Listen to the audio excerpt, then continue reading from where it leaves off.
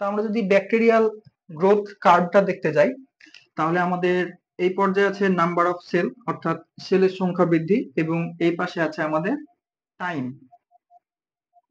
Time per hour. তো এটা হচ্ছে আমাদের ল্যাগ ফেজ। ল্যাগ ফেজে আমাদের কোনো ধরনের মাল্টিপ্লিকেশন হয়নি, কিন্তু এখানে আমাদের সেল মেটাবলিক রেট এবং সেল সাইজ এগুলো কিছুটা ইনক্রিজ হবে। তারপরে আমাদের রয়েছে 2 নম্বর লগ ফেজ।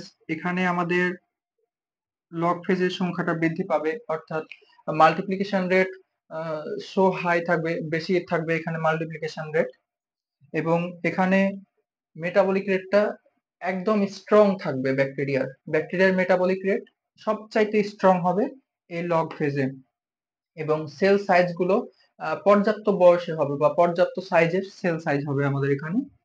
তারপরে হচ্ছে স্টেশনারি ফেজ। স্টেশনারি ফেজের ক্ষেত্রে আমাদের মাল্টিপ্লিকেশন রেট এবং ডেথ রেটটা সমান থাকবে, যার কারণে এখানে কোনো ধরনের অতিরিক্ত সেল ডিভিশন হবে না। এখানে লগ ফেজের শেষ পর্যায়ে যতগুলো সেল ছিল সেই সেলগুলোই এখানে সমানভাবে চলতে থাকবে।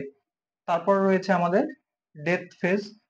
এখানে এসেই যখনই আমাদের স্টেশনারি ফেজ শেষ, তখনই আমাদের ডেথ ফেজ শুরু, এবং এখানে সেলগুলো মারা যেতে যেতে এক পর্যায়ে শেষ হয়ে যাবে।